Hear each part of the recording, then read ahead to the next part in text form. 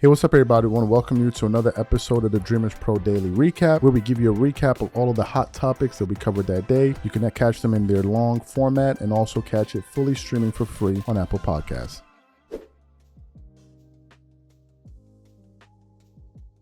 You guys know that this NBA media is obsessed with creating narratives around LeBron James, right? And they even did this with his latest move, where he decided to join the Philadelphia 76ers. I want to give you guys the practical application of what I'm talking about here. Just yesterday, I responded to a post on X, all right? And I want to put up the post here. It says, reports indicate LeBron James's court vision saw the dysfunction within the Lakers organization and decided to leave, right? Via Lakers lead. And we all know that this is total nonsense. The story was his team made it clear, we did shows about this, lives about this, that they were expecting nothing less than a maximum offer and something that reflected his value. We even did shows where we quoted Rich Paul from Bleacher Report articles. We understand that the Lakers are building for the future, but we also are in win now mode. Like, we know this, but then the Lakers didn't offer him an extension. But because they want to save face and all of this, and you get these guys out there in media that put out these stories. Yesterday was another example of this, of just them constantly trying to control and shape the narrative. So Pablo Torre, who, if there was an award for Journalist of the Year, he would definitely get it, recently went on Morning Joe, which is a news program of all places. And during his visit on Morning Joe, he was asked to kind of weigh in on, well, the host was essentially asking him, why didn't LeBron decide to go to Cleveland? Like, he thought that would have been a kind of picture perfect ending for this guy to kind of end his career. And Pablo began to essentially unload on him and say, look, LeBron does things for narratives. He's doing all of this as a way to ring chase, to catch Michael Jordan, because there's this obsession with these guys to catch Michael Jordan. I'll give you an example. Yesterday, I shared a story on our Instagram page of some idiot LeBron fan putting up a post of Michael Jordan's YouTube page and LeBron James's YouTube page. And it was like LeBron's page had 400 something thousand subs, whereas Michael Jordan had like 300 and something thousand, as if to say that this somehow makes him better than like LeBron fans are just flat out idiots, right? They know LeBron is not the GOAT. LeBron knows he's not the GOAT, because if he was the GOAT, he wouldn't be playing this long. Those are the facts. If LeBron believed that he was the greatest player of all time, he would have retired a long time ago. So given the fact that they know he's not the GOAT, they have to come up with these ridiculous things. So YouTube channels is not what we're making. Like, the LeBron fans are idiots. There's no other way to slice it. So we want to play what Pablo Torre had to say here on MS Now, and then we're going to come back and react to his comments. It's not like he needed the money. He certainly is not getting paid the way he was paid throughout his career. Why wouldn't you exit gracefully through Cleveland? Why wouldn't you go back home after the Miami debacle? Why wouldn't you go back home and just have a beautiful bookend, and, he can stand in the stadium, fists raised in the air, saying, I am Akron? So Philadelphia was the most shocking of all the choices for the reasons you say. LeBron has a bit of a paradox to him. He is the most narratively sensitive character I've ever seen in modern American sports. He is constantly, I think, aware on some level of the documentary he is starring in, and in fact is a pioneer in sports in terms of having a production company, of being a human television show, and all of that is true on the one hand. And so why does he do this? Right? This is not the ideal ending from any screenwriting perspective. And what it does to me is it asserts LeBron James as a figure for whom his story is not one that can be peer pressured into existence. Like, LeBron chose something that I think is fascinating and also inconvenient, right? This is not a fan base in Philly that was crying out for LeBron, but what he's going to do is say to them, hey, you haven't won a title since 1983.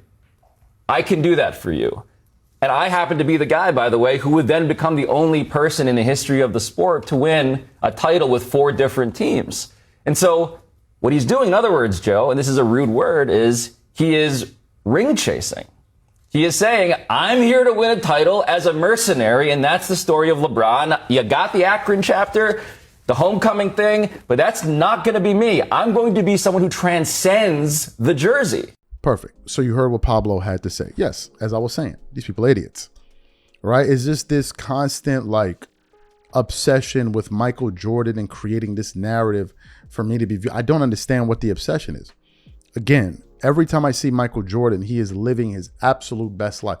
Michael Jordan doesn't even think about these guys. Literally.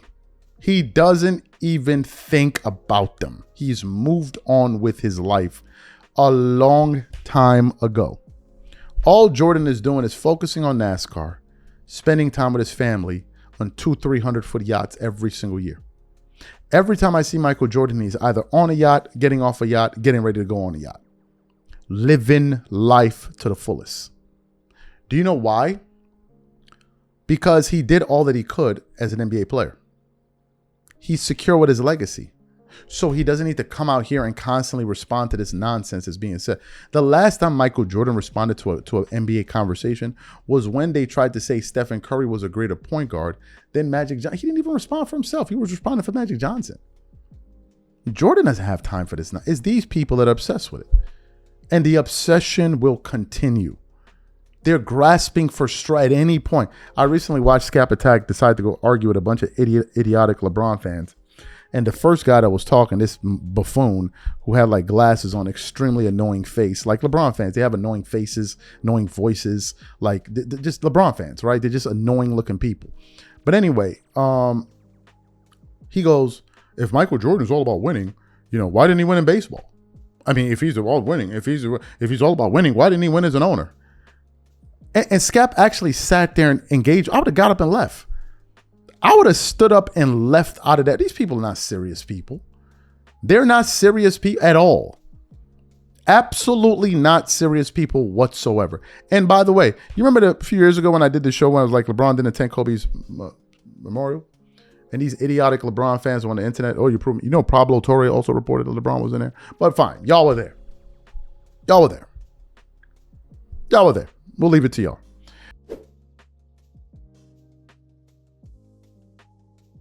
I'm looking forward to this upcoming NBA season a lot. Okay, I think there are a lot of good storylines, to see if the Knicks are going to defend their title. Let's see how the Sixers are going to do. What kind of year the Lakers are going to have. Will OKC bounce back? Are they going to make a run to the finals? Are the San Antonio Spurs going to be able to, get their revenge and win the chip? So there's a lot of things worth paying attention to. But for those of you that were following the channel, you guys know at one point I became a big fan of Victor Wembanyama because I thought he was bringing back that kind of old school competitiveness back to the game. Loved him throughout the playoff run, Western Conference Finals, but when he got to the finals, he showed his immaturity. And, I called him out for it, right? Because you got to keep it a bean. But I'm very much looking forward to seeing what Victor got cooking this year. Matter of fact, I kid you not, I saw this last night. I think it was on Yahoo Sports page. I think it was on Yahoo Sports, where apparently Victor Wembanyama has grown even more. He grew an additional 2 inches over the summer, and there was a photograph, I think it was on Yahoo, I don't remember the count, but there was a picture of him standing next to Rudy Gobert. And they're now saying Victor's like 7'6" or something. So he grew again, right? And I had seen some videos from his Instagram with like him and his teammates out there in Paris, right? Enjoying their summer, whatever. But little did I know that Victor Wembanyama was working maniacally behind the scenes to essentially set up the team, the Spurs, to destroy the NBA this year. Little did I know that until I came across a Fadeaway World article today where it says Jamal Crawford says Victor Wembanyama is building a superpower, a machine we've never seen before. And I'm like, okay, now we're talking. So let's get into let's continue. I said Jamal Crawford couldn't help but be impressed with Victor Wembanyama's work ethic and ambition while working out with him this summer. San Antonio Spurs superstar Victor Wembanyama is widely regarded as one of the most talented young players in the NBA. While his size and athletic prowess already hint at his potential to be one of the best players in the game, it is a 22-year-old's ambition and obsession with pursuing excellence that could be far more terrifying. At just 22, Victor Wembanyama has already established himself as one of the future faces of the NBA. Along with being the unanimous Defensive Player of the Year, the big man also finished third in MVP voting last season, a truly remarkable feat. Still, it clearly isn't enough for the Spurs superstar as he continues to find ways to improve. Wembanyama's path to greatness has led him to work out with several NBA legends, Jamal Crawford emerging as the latest addition to this list. While speaking about his the training with the 22-year-old on Conscious Podcast, Crawford was in awe of Wemby, and he stated, "I've never seen nothing like it. I've never seen somebody who can process, like, some people can learn it, but not a lot of people can apply it. They can hear what you're saying, but they can't go do it themselves. You could do it quicker than I'd ever seen. He could do it quicker than I've ever seen. Like, the way he was breaking stuff down, like, oh, I got it. And I'm going to tell y'all this because I've never told anybody this on no podcast I've done. I'm telling you all this because y'all family. I always said I had 10 moves that if you ever made an all-star game, I was going to do. I gave 2 of those to Wemby. As one of the most creative scorers in NBA history, Jamal Crawford struck fear into the hearts of opposing defenders every time he brought the ball down the court. While the notion of a big man replicating Crawford's smooth dribbling is outrageous, it doesn't seem impossible given Victor Wembanyama's versatility. Apart from his talent, Crawford also praised the way the 22-year-old conducts himself in front of the media and his overall maturity. But the aspect of Victor Wembanyama that got the legend attention was his curiosity and his desire to improve. Everything's intentional and he's curious. He doesn't know it all, but you can tell he wants to know it all, Crawford continued. Bro, all he did when he got all of us was try to get the Infinity Stones. Okay, I'm going to get that from him. Right. Like he's building a superpower, like he's building a machine that we've never seen. He's reading, he's processing things differently. He was like, man, why is the next generation so worried about fame? Why are they not chasing the game? I'm like, bro, are you 50? Like your thinking is so different. This is a future billionaire, right? 21 years old at the time and thinking like this. Although he is still young in his NBA career, Victor Wembanyama carries himself with an uncommon maturity. While known for his esoteric approach to training both mind and body, which even involved training with Shaolin monks last summer, Wemby is clearly charting out a completely different path from other NBA players before him. So what are my thoughts about this? First of all, before I react to his comments, there's one thing I want to say. Victor is mature, but he showed immaturity in the finals. He was very egotistical, didn't respect the competition. That was immaturity. So I want to point that out, to be fair, right? I'm not these dumbass LeBron fans that can never criticize their GOAT. Their GOAT. No, we're going to keep it a bean here.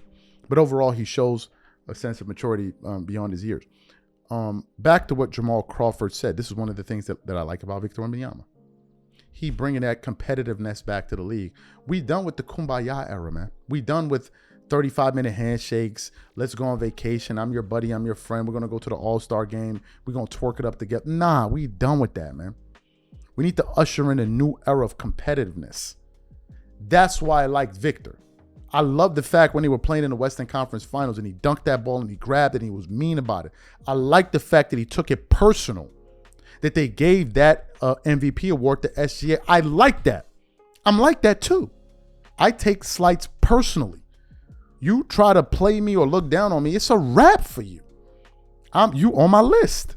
Like a lot of these bozos on the internet. Oh man, you can't get views on YouTube if you're not talking about LeBron James. Meanwhile, Politics channel just crossed 50,000. We started this year. I'm not posting as much on that channel. as I post on this channel, but you bozo said that that's all I can talk about. So I'm going to do a show when we hit 100K, hopefully this year, and I'm going to call y'all out. Take things personally. Take things personally. Internalize things. Make a list. I love that about this guy. Maybe that's a part of me that resonates with him. I hold grudges. Yes. You try to play me, you on my list. And I hope that he's able to instill that in his teammates. I hope so. That's when, if you go watch Kobe Bryant's documentary Muse, he spoke about the darker emotions, how it can be powerful. Anger, despair, disappointment.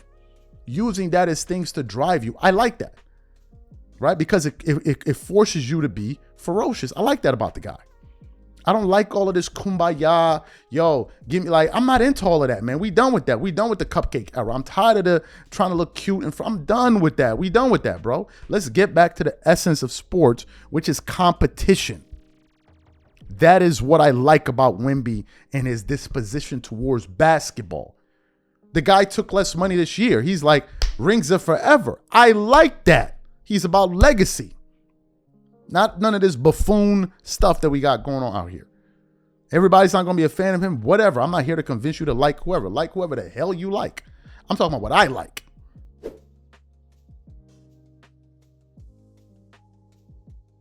So I want to say something here quickly.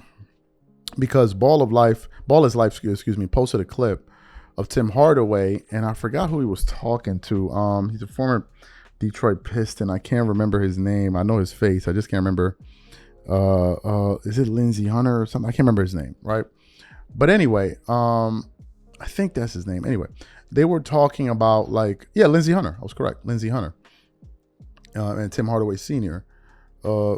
They were talking about Grant Hill and Penny Hardaway as they compared to LeBron James. And they picked both Grant Hill and Tim Hardaway over LeBron James. And LeBron fans started losing their minds, absolutely crying in the comment section. And they said something that I want to address here. So take a look at what they had to say there, and then we're going to come back and continue on the show. Penny had better defense than both of them. Yes. Uncle Dad, let me ask you this: Yes. Is Grant Hill and Penny Hardaway? You would put them over LeBron? Yes, in their prime. Yes. Yes. I'm taking both of them. I'm taking both of them in their prime. I see you later. Get up. I want to see you leave.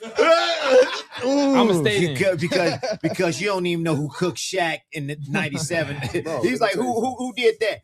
Hakeem Olajuwon. Great. So,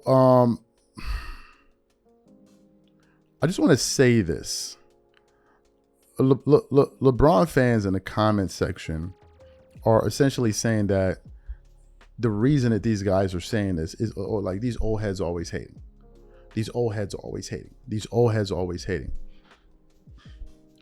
This is what you get when you have buffoons out there like JJ Redick and all of them constantly trashing players from the past. Gilbert Arenas does it. These old heads. When you get NBA players, Brandon Jennings, you name them, y'all know them. The ones that have Nick Young, y'all know them. The usual suspects. They constantly trash players from the former generations. Guess what happens? You now ignite and energize the former players to say, okay, two can play that game. And then they're like, okay, we'll do the same. And that's what you're having. That is essentially what is going on here. If y'all had just shut your mouths and went on your business, nobody would have said nothing. But when you had buffoons like JJ Redick going on ESPN and talking about Larry Bird in the 90s, 80s, and 90s, they didn't play physical basketball, going after Bob Cousy and all of them and making fun of Michael Jordan's era. You have idiots like Nick Wright on TV doing as much. You create this. So now they're like, okay, two can play that game. So-and-so plays to their ass. So-and-so can't do that. So-and-so can't do that. This is the environment y'all created. So what y'all thought? Y'all was going to sit here, trash their eras, and get away with it scot-free. Nah, that ain't working, man. That ain't work. The old head thing, it's not working out the way y'all thought it would work out. You can't be talking about old heads when y'all running behind a dude that got more white hairs on his face than Gandalf the Grey, man. I don't understand. Like, what? It's not making any sense to me. This is the pushback you're getting. If y'all want to talk trash, expect it to be. This is what happens once you attack a particular group over and over and over and over and over, poke fun at them, make fun of them. They finally say, okay, fine, it's our turn too. It's our turn too. It is out, and now you're seeing it. I don't want to hear nobody complaining. I don't want to hear nobody crying in the comments. I don't want to hear it. That's their opinion. We got to sit down and listen to Brandon Jennings and Nick Young and Gilbert Arenas talking about these old heads are hating. Well, now you got to listen to their opinion. It's a two-way road. This is what is happening. This has become the NBA discussion. A bunch of clown. This is it. This is what the NBA is known for. Just a bunch of BS. This era. Now, of course, you have the ambassadors of the game like Magic Johnson, Michael Jordan, who would never trash any era. Jordan is not going to trash any era. That's something LeBron does and his minion. That's their work. So you have those guys that are kind of above the fray, right? Because Jordan is a true ambassador for the league. LeBron is not. LeBron makes fun of previous eras, goes on TV cursing all the time. So LeBron is his own thing. But these guys are now from Jordan's era are pushing back. You saw when Tim Hardaway went on Gil's Arena a few years ago, a year or so ago, and he was giving it to them on that panel. Now this is what y'all get. I don't feel sorry for these dudes. When they say it is truth. When LeBron fans say Michael Jordan played against trash, it's truth. We're supposed to sit down and just take it. But when they now criticize him, they're in the comment section crying. This is inexcusable. This is just disrespectful. This is them. No one throws their hands and hides it more than LeBron fans. They are the masters of playing the victim. They are the masters of like playing the victim. They will talk trash about everybody's favorite player from morning to tonight. But the minute you push back on them, oh my God, why are they doing this to me? Why are they attacking me? Why don't they like the king? Why don't they support the black man? They're like, these people are idiots. They're idiots. I'm telling you. As someone that's been observing these people for a number of years, they're not serious people. They go on the internet, they trash everybody, but then when his favorite player or this era gets trashed, they want to cry. Oh no, why are you saying? No, matter of fact, I wish they would do more. I wish they keep it up. Eventually, y'all will shut up and y'all will stop. You know how the 90s was trash? I'm waiting for them to say the 2010s and 20s was trash too. Let's keep it going. Let's keep it going. If this is what y'all want to do, let's do it. You want to pull up trash players from the past? We can pull up the Ben Simmons and all of these bums that we got running around here today. It is what it is. If you can dish out the jokes, you should be able to take it. If you can't, then shut your mouth.